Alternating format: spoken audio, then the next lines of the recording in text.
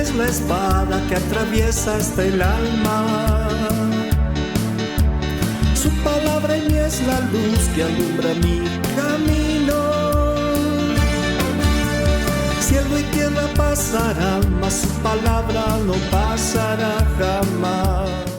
Vamos a abrir la Biblia, que es la palabra de Dios, la palabra viva.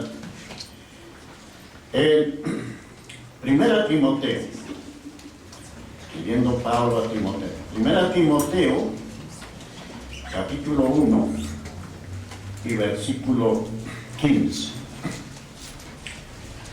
¿Cuántos lo tienen ahí? Digan amén. Ya están buscando. 1 Timoteo, capítulo 1, versículo 15, para empezar. Dice así, la bendita palabra del Señor. Amén. Palabra fiel y digna de ser recibida por todos.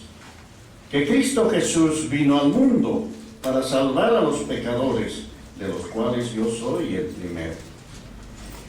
Pero por esto fui recibido a misericordia, para que Jesucristo mostrase en mí el primero toda su clemencia, para ejemplo de los que habrían de creer en Él para vida eterna. Amén. Palabra del Señor. Amén. En esta porción, el apóstol Pablo está dando su testimonio personal, ¿ya? Y escribiendo a Timoteo, él está agradecido a Dios. Desde el versículo 12, un poquito más arriba, ¿ya? Dice, doy gracias al que me fortaleció, a Cristo Jesús nuestro Señor, porque me tuvo por fiel, poniéndome en el ministerio, habiendo yo sido antes de convertirse, ¿qué había sido? Blasfemo, perseguidor e injuriador, mas fui recibido a misericordia, porque lo hice por ignorancia e incredulidad. Pero, dice el 14, la gracia de nuestro Señor fue más abundante con la fe y el amor que es en Cristo Jesús. Mira lo que era antes, dice. Yo era un blasfemo, para empezar. Un blasfemo es aquel que habla mal de Dios, las palabras contra Dios. Habiendo sido yo antes blasfemo, era un blasfemador, ya, que hablaba mal de Dios. Ahora, que va a hacer esta aclaración. Saulo de Tarso era un religioso, ya, bien dado a la ley. Él no creo que haya blasfemado contra Dios. Era temeroso de Dios por la ley, bajo la ley, ya, fariseo. Lo que blasfemó es contra el Señor Jesús. No aceptaba, por eso perseguía a los creyentes de aquella. Entonces a eso se está refiriendo. Y los blasfemo contra Jesús de Nazaret. ¿Ya? Dice, fui blasfemo, perseguidor ya de los creyentes, injuriador ya, más fue recibido a misericordia. Dios le tuvo misericordia y le recibió porque lo hice por ignorancia en incredulidad. Y él dice, más que todo eso, de lo que era mi vida pasada, el pecador número uno, dice, más, dice, el 14, pero la gracia de nuestro Señor Jesucristo fue más abundante, mire, sobrepasa a cualquier ya actitud, conducta de una persona. La gracia de nuestro Señor Jesucristo fue más abundante con la fe, el amor que es en Cristo Jesús. Y entonces dice esto que he leído al principio, dice, palabra fiel y digna de ser recibida por todos, que Cristo Jesús vino al mundo. Mire, Cristo vino a este mundo. ¿Para qué vino? Para salvar a los pecadores, de los cuales yo soy el primero. Se pone como primer pecador. Esto dice, yo soy el primero, pero por esto fui recibido misericordia, la misericordia de Dios, para que Jesucristo mostrase en mí el primero, dice, el primero, toda su clemencia, ya, todo el rigor, o sea, del aplacar de la ira de Dios, toda su clemencia. ¿Para qué? Para ejemplo de los que habrían de creer en Él para vida eterna. Si a mí me salvó un blasfemo, el peor pecador, ¿cómo no va a salvar a los otros? Bueno, el mensaje ya es que Cristo vino al mundo. Dios mismo vino a este mundo. Dios es espíritu. Dios está en todo lugar, por supuesto, pero exclusivamente vino al mundo tomando un cuerpo de carne, ¿ya? Cuerpo de hombre, Dios mismo en persona, ¿ya? Eso está diciendo, Cristo Jesús vino al mundo. ¿Para qué vino? Para salvar a los pecadores, de los cuales yo soy el primero. Miren, y vamos a ver ese tema. Jesús no vino como la religión lo hace, que para que les recuerden en su Navidad, en su Semana Santa, le lloren. No, Él vino con propósitos exclusivos para beneficiar a los perdidos, y entre los cuales también estuvimos nosotros. ¿Cuántos dicen amén? Y Dios se manifestó en carne, ¿ya? Entonces, mire la encarnación de Cristo en este caso. En el capítulo, en la siguiente, capítulo 3, 16, habla de esto. 3:16. E indiscutiblemente grande es el misterio de la piedad. Dios fue manifestado en carne. Dios se encarnó. ¿Ya? Eso lo sabemos, pero aquí vamos a desarrollar.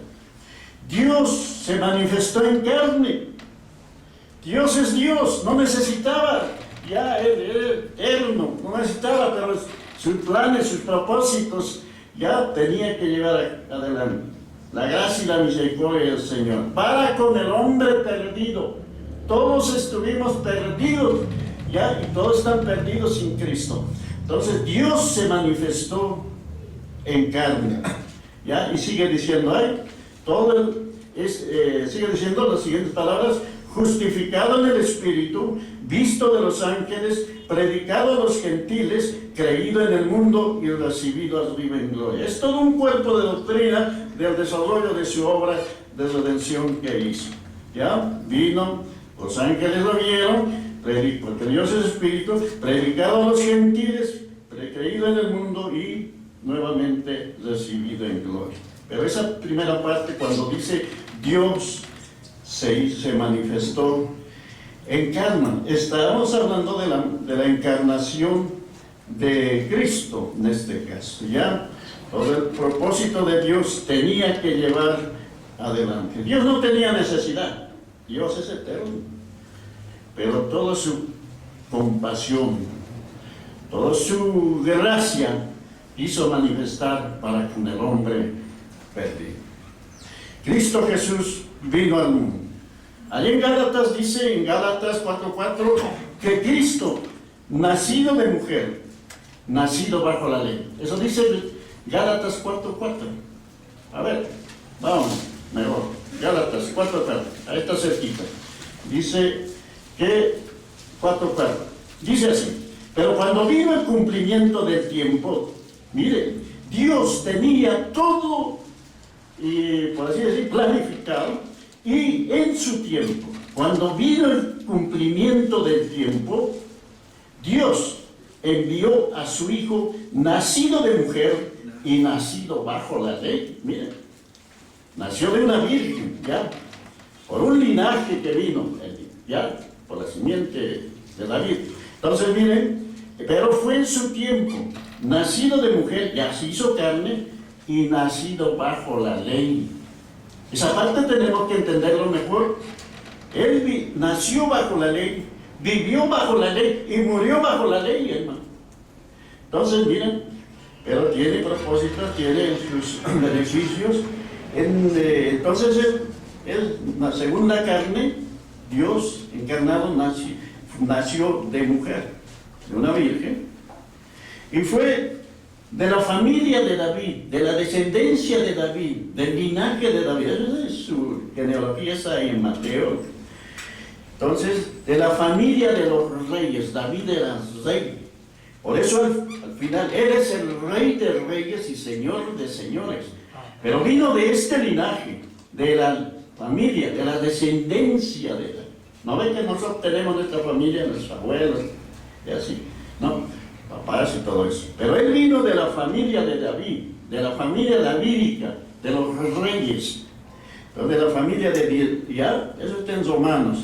Pero también dice en Romanos, a ver, Romanos, vamos, un poquito más atrás, vamos a ganar tiempo. Romanos capítulo 1 y el versículo 3, ahí empezando Romanos, dice así, Romanos 1:3, dice, está dando su saludo Pablo y dice en el 2 que él había prometido, miren, que él había prometido por sus profetas en las Santas Escrituras, estaba esto ya profetizado, ¿ya? Y planificado desde antes. El 3 dice, acerca de su Hijo, que estaba prometido por los profetas en las Santas Escrituras. El 3, acerca de su Hijo, nuestro Señor Jesucristo, que era de ¿dónde? Del linaje de David según la carne, ¿vale? Y en el 9, capítulo 9, ahí 5 dice así, 9:5, está diciendo, está hablando de la nación de Israel, de la soberanía de Dios y todo eso, pero en el versículo 5 dice así, está hablando de Israel en esta porción del pueblo de Israel y sus privilegios que tuvo la nación de Israel como pueblo escogido, terrenal escogido por Dios, de sus privilegios. El 4 dice que son israelitas, que son israelitas, de los cuales son la adopción, la gloria, el pacto, la promulgación de la ley, el culto y las promesas. Todos esos privilegios se le dio a Israel, y más todavía en el 5, de quienes son los patriarcas y de los cuales, según la carne, vino Cristo, el cual es Dios sobre todas las cosas, bendito por los siglos. Por esa nación, por eso se apartó una nación, Israel, para que por ese medio, venga el Salvador. Dios se encarga. Ahí está diciendo, Cristo según la carne, patriarcas de los cuales según la carne vino Cristo. O sea, Jesús es judío, tenía una naturaleza judía. Entonces miren, ¿para qué vino el Señor? Ya sabemos, para salvar. Entonces vamos a ver los propósitos. Ya sabemos que Él vino para salvar, pero ¿qué cosas más hizo? Más detalladamente vamos a ver. Lucas, vaya a Lucas, vamos a Lucas, capítulo 19. ¿Para qué vino? ¿Para qué Dios, siendo Dios, se encarnó? ¿Y qué cosas Dios hizo? ¿Qué propósito se cumplió al manifestarse Cristo en la carne? ¿Ya? En el 19, capítulo 19 de Lucas, hay una historia en Lucas 19:10. Pero lo voy a leer ese versículo primero. Dice así. A ver, todos lo leemos ese versículo 10. A la voz de 3. 2 y 3. Porque el Hijo del Hombre vino a buscar y a salvar lo que se había perdido. Ahí está, Dios encarnado, Hijo del Hombre, se hizo hombre.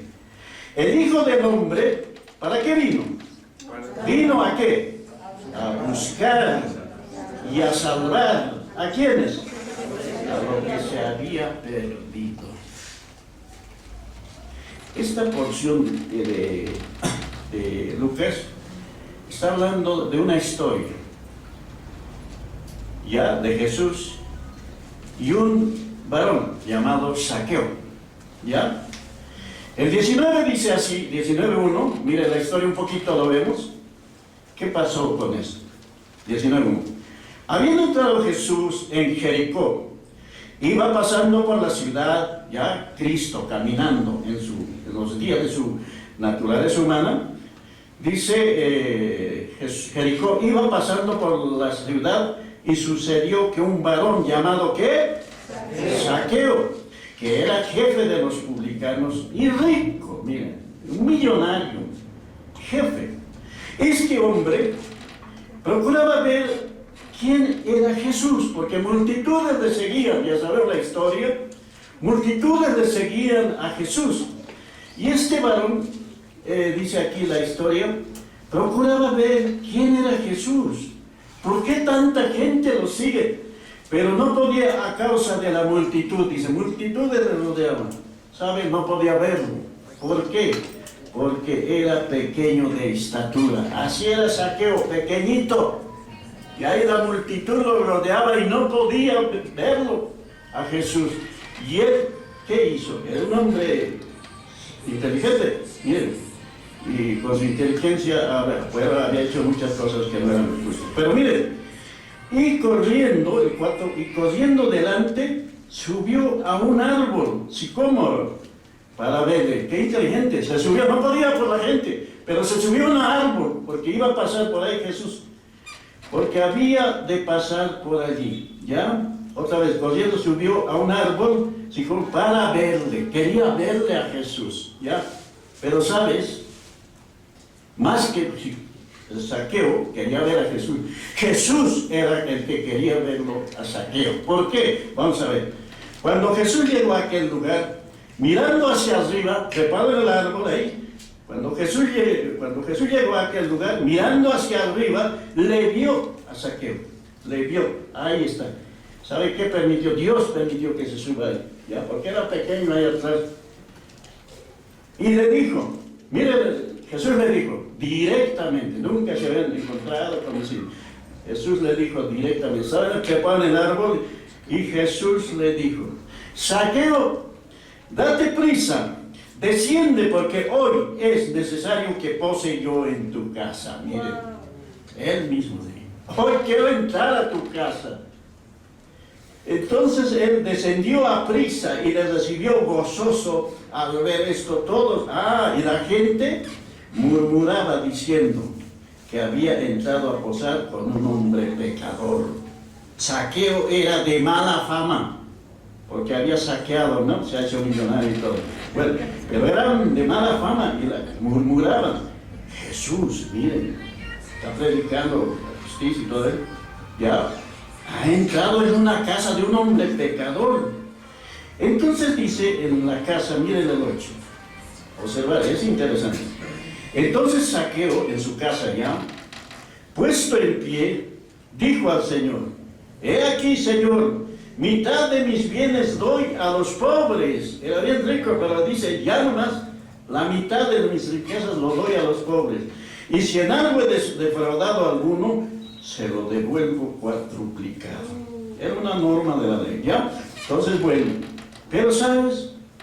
Nadie le había pedido que su dinero, su riqueza, nadie. ¿Qué pasó?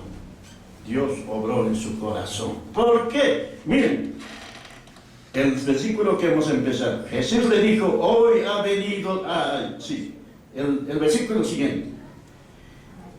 Después que dice, yo le voy a dar todo, le puedo devolver cuadruplicado y todo eso. El 9. Jesús le dijo, no le dijo, qué bueno, Zaqueo, ya, qué generoso. No. ¿Qué le dijo el Señor? ¿Qué dijo el Señor? Jesús le dijo, hoy ha venido la salvación a esta casa. ¿Por qué? Por cuanto él también es hijo de Abraham, mi hermano. De la línea de Abraham, mi hermano. De la simiente de Abraham. Y de nosotros dice, como Isaac, nosotros también somos herederos, hermano. Este Zaqueo era un hombre, ¿ya? Que venía del linaje de Abraham. Con Abraham sabemos que el padre de la fe, Dios hizo su pacto. Entonces ahí lo encuentro. Él vino a buscar y a salvar lo que se había perdido. Y uno de ellos era este Zaqueo. Y lo encontró en el árbol. Y entró a su casa. El uno, un día te encontró a ti y a mí nos encontró. No sé dónde, no fue en un árbol, pero te encontró y me encontró a mí. ¿Por qué? Porque también somos de la promesa, del pacto que Dios hizo con Abraham, con Isaac, hermano. Un día te encontré, no sé, en este momento, si haces memoria, ¿dónde te encontró el Señor? ¿Qué estabas haciendo? Fue el Señor, no eres tú, no soy yo. Sí, hermano, sí, miren, esa historia.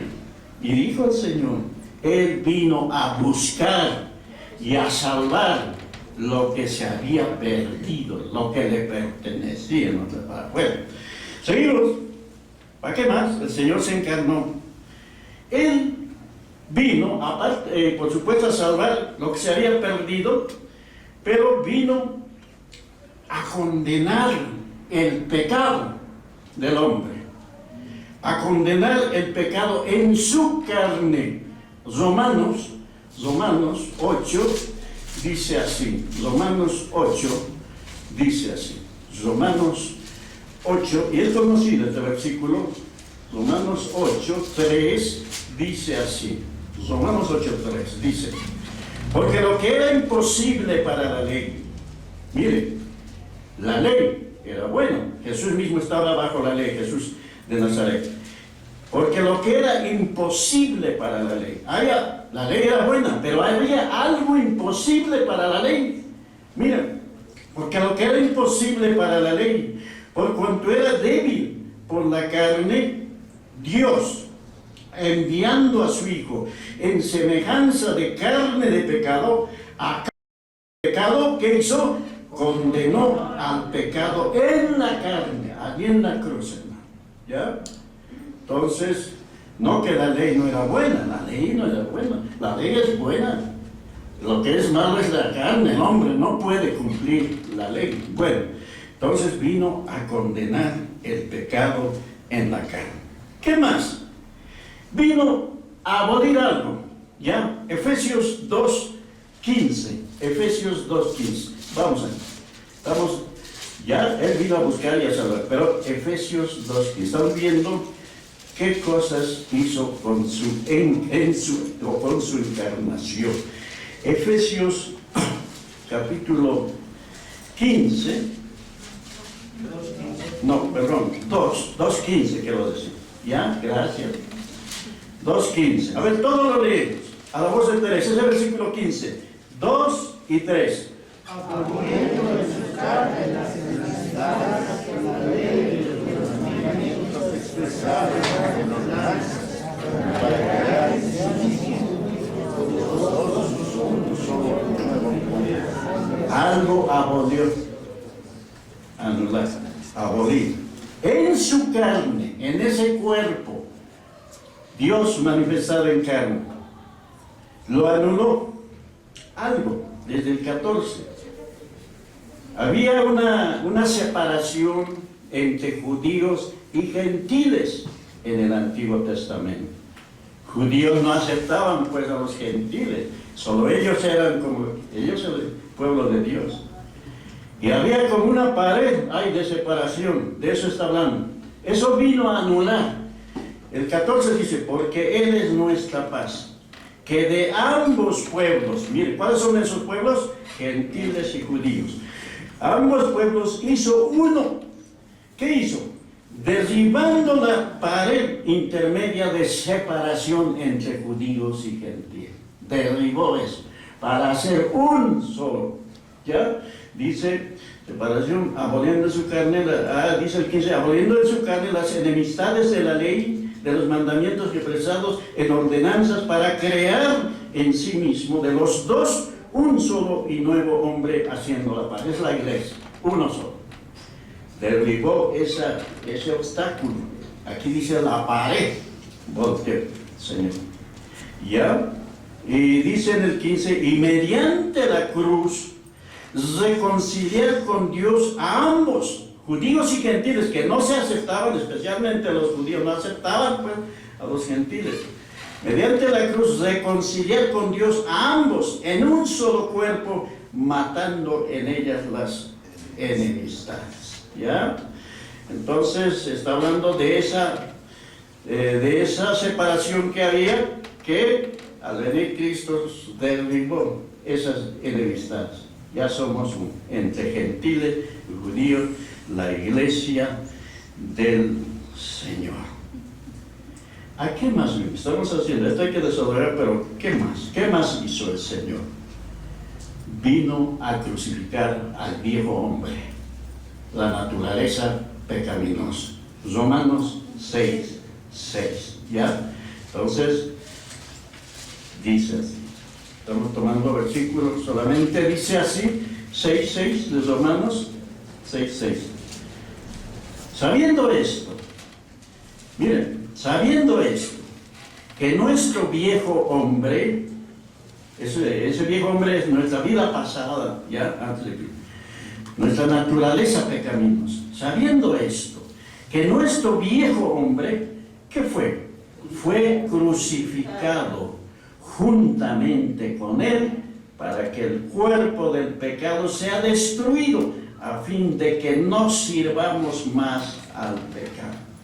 Allí, en la cruz, ya Él se identificó con todos nosotros, ya allí, entonces, en nuestra posición, nosotros nos consideramos que cuando Cristo murió en la cruz, también fuimos crucificados con Él. ¿Ya? Es como Dios lo ve, ¿ya? Entonces, mire, alguien va a decir, pero ¿cómo crucificado? Yo no vivía. Bueno, esto lo dice Dios, su palabra. ¿Qué más? ¿Ya? Vino a crucificar al viejo hombre. Y eso está en Colosenses también, miren, en Colosenses está precioso, ya escribiendo Pablo a la iglesia, les escribió estas verdades, estas revelaciones. Filipenses, Colosenses, capítulo 2, 14. ¿Ya? Allí en la cruz también, ya, abolió las observaciones de la ley. Por eso ya no estamos bajo la ley, sino bajo la gracia, como lo dice en Romanos. El 14 dice, Colosenses 2:14, anulando el acta de los decretos que había contra nosotros. Miren, eso más hizo, que nos era contrario, quitándola del medio y clavándola en la cruz. Y mira algo más, el 15, despojando a los principados y a las potestades, los exhibió públicamente, triunfando sobre ellos, ¿dónde? En la cruz, hermano. Bueno, ¿para qué más vino? Ya que Él estaba en un cuerpo, vino para hacer todo esto y mucho más, ¿ya? Él vino para cumplir la ley. La ley tenía que ser honrada. Una ley que Dios mandó, Dios a su pueblo, ¿ya? Tenía que ser honrada, tenía que cumplirse. Pero como el hombre no sabe, ningún hombre puede cumplir la ley, aunque algunos por ahí pretenden cumplir, pero no se puede. Cristo cumplió, honró la ley. Y dice en Mateo, así, Mateo claramente dice que Él cumplió la ley. Mateo 5:17 dice así, 5:17 dice así: no penséis que he venido para abrogar la ley. No he venido a anular la ley. Lo que Él dio no lo iba a forzar, tenía que cumplirse. No penséis que he venido para abrogar la ley o los profetas. No he venido para abrogar, sino ¿para qué vino? Para cumplir. ¿Quién lo cumplió a plenitud? Allí toda la ley. Porque el fin de la ley es Cristo para todo aquel que cree. La ley sigue para el que no cree, ¿ya? Pero el fin de la ley es Cristo. Lo dice en Romanos. El fin de la ley es Cristo para todo aquel que cree. Él no cumplió por nosotros, ¿ya? Nosotros ya no estamos bajo la ley, sino bajo La gracia de Dios, hermano. Él lo cumplió. Todas las demandas de la ley lo cumplió. La paga del pecado es muerte, por eso murió en la cruz del Calvario, hermano. ¿Ya? Entonces cumplió. Eso está en Gálatas, en Romanos, pero vamos a un poquito más, hay otros puntos más. ¿Ya? Entonces dice, ¿qué más? La ley cumplió. Este otro, ¿qué más hizo el Señor con esa obra de reconciliación, hermano? Con eso que se encarnó, hermano. ¿Sabe qué hizo? Vino para destruir por medio de la muerte, de esa muerte, al que tenía el imperio de la muerte. Y esto es el diablo. Lo destruyó. Ya, no lo aniquiló, pero lo destruyó.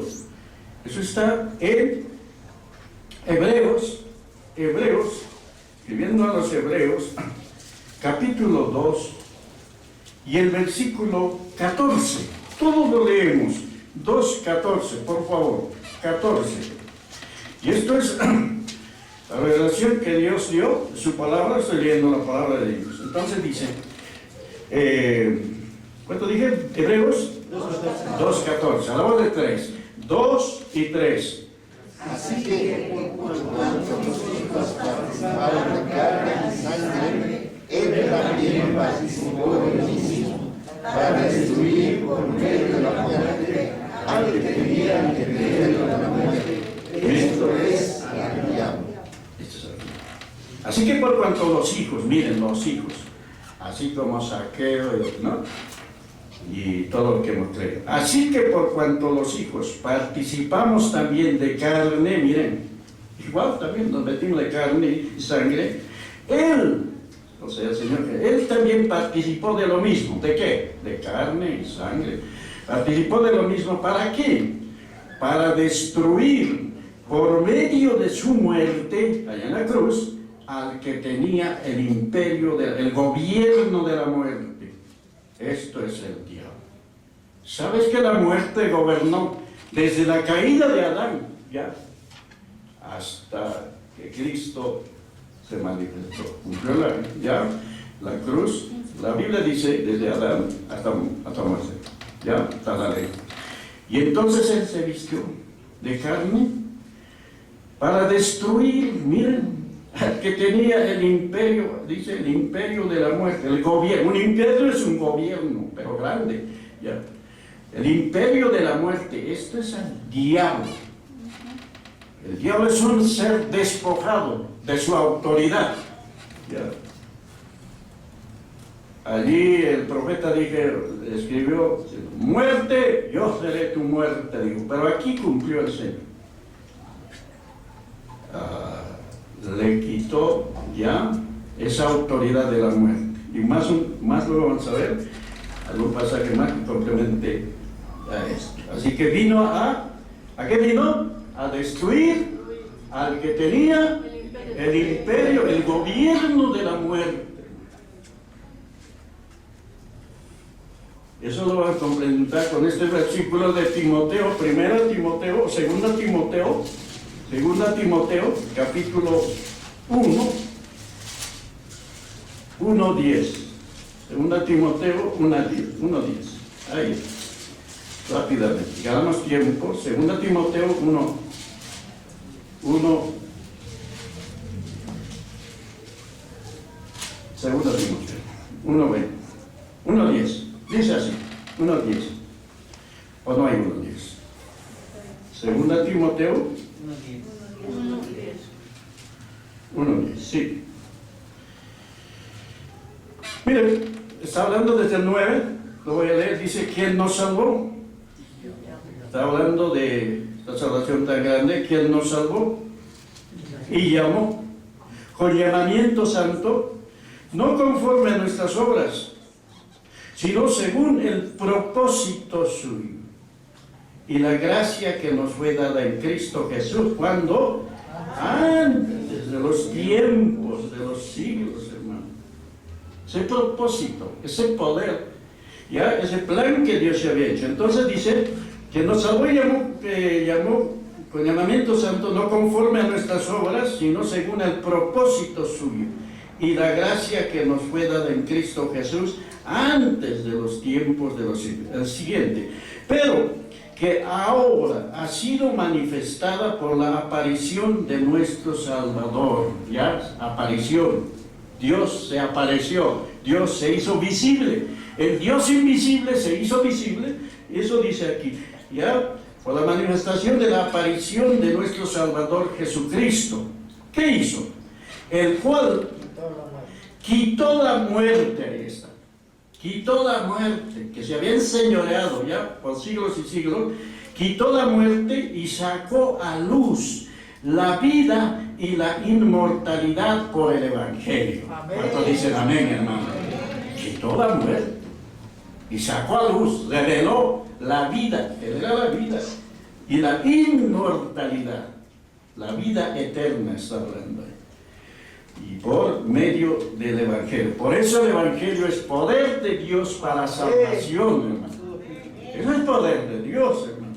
Una salvación eterna, ¿ya? Entonces, algo más que, a ver, por supuesto, vino para derramar su sangre, para perdón de todos los pecados. Ya lo sabemos eso. Derramó su sangre. Porque sin derramamiento de sangre no hay remisión, no hay perdón de pecados. Derramó su sangre. Y Dios, que es espíritu, no tiene sangre, pues tenía que encarnarse. Entonces derramó su sangre, una sangre santa, una sangre sin pecado, hermano. Eso está ya. Entonces miren, Cristo, hay mucho más, pero miren, Cristo en los días de carne fue débil como nosotros, carne, ya, pero sin pecado. Cristo murió en debilidad, dice un versículo, pero resucitó en poder. Amén. Segunda Corintios, por favor, para ir terminando ya. Segunda Corintios, capítulo 13. Segunda Corintios, capítulo 13, y el versículo 4, dice así. Porque aunque está hablando del Señor Jesús, ¿ya? El 4 dice, porque aunque fue crucificado en debilidad, allá hicieron lo que quisieron los hombres, porque no tenían, estaban velados. Fue crucificado en un cuerpo débil, porque aunque fue crucificado en debilidad, vive por el poder de Dios. Bien, cuando resucitó. Pues también nosotros somos débiles en la carne, en Él. Nosotros somos débiles en Él, pero viviremos con Él por el poder de Dios para con nosotros. Por esa obra de reconciliación, hermano, total, completa, hermano. Para terminar, hay muchos versículos más, pero aquí a 2 Corintios, retrocedas al capítulo 5, dice así, 5. Capítulo 5, 2 Corintios, a los Corintios capítulo 5, versículos 15 y 16, dice así. Está hablando de Cristo, desde el 14, porque el amor de Cristo nos constriñe, pensando esto, que si uno murió por todos, luego todos murieron, ¿ya? El 15. Y por todos murió, está hablando no toda, está hablando de las, ya, de la iglesia, de la iglesia, ya. Y por todos murió, para que los que vivan, ya no vivan para sí, sino para aquel que murió y resucitó por ellos. De manera que nosotros los cristianos, creyentes, de manera que nosotros de aquí en adelante, ya, ahora que somos cristianos, a nadie conocemos según la carne. Y aún si a Cristo conocimos según la carne, al Cristo encarnado, ya no lo conocemos así, hermano. Sabemos el Cristo de la historia, el Cristo glorificado, muerto y resucitado, hermano, es una obra completa, perfecta. Pero ahora ya no lo conocemos así, ¿ya? Dice así, pero ya no le conocemos según la carne. Y aún si Cristo conocimos según la carne, ya no lo conocemos así. Ahora es el Cristo a quien adoramos, al Cristo que se levantó de entre los muertos, hermano. Y él dice, el 17, de modo que si alguno está en Cristo, nueva criatura es, ¿ya? Nueva criatura.